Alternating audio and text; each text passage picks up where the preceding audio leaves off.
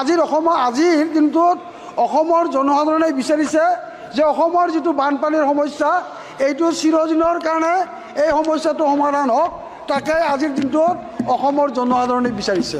এই বছৰ যি বানপানী হৈ গৈছে, এতিয়ালৈকে 2টা ৱেভ ফ্লাড অসমত হৈ গৈছে, আৰু এই 2টা ৱেভত অসমত এতিয়ালৈকে 98জন মানুহৰ প্ৰাণহানি হৈছে, মৃত্যু হৈছে। এতিয়া অসমত টোটেল ডিষ্ট্ৰিক্ট আছে 35খন, ফ্লাড এফেক্টেড ডিষ্ট্ৰিক্ট হৈছে 34খন। অসমত ভিলেজ আছে 26,395, তাৰে ভিলেজ এফেক্টেড হৈছে 7,279, ডেট ইজ 27.5% ভিলেজ এফেক্টেড হৈছে। এতিয়া কথাটো হৈছে যে আমি কেন্দ্ৰীয় চৰকাৰৰ পৰা আমি অনুদান পাই আছোঁ, আমি গ্ৰেণ্ট পাইছোঁ, টকা পাই আছোঁ, আৰু আৰ্থিক সাহায্য পাই আছোঁ।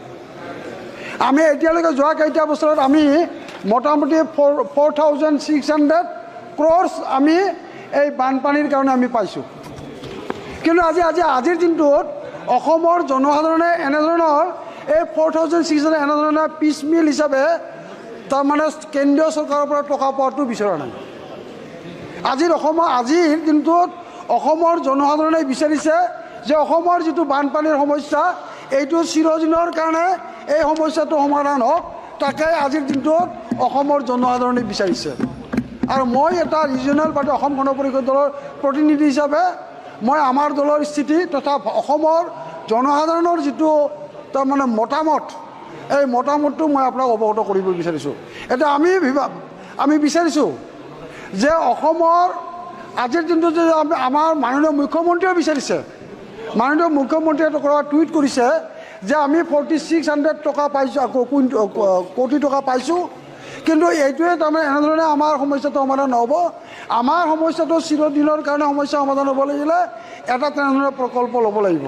গতিকে যিটো কথা আজি এই বাজেটত উল্লেখ কৰা হৈছে, এই বাজেটত উল্লেখ কৰা ধৰণে আমি বিচাৰিছোঁ যে অসমৰ যিটো বানপানী আৰু গৰাখহনীয়াৰ সমস্যা, এই বানপানী আৰু গৰাখহনীয়াৰ সমস্যাটো চিৰদিনৰ কাৰণে সমাধান হওক।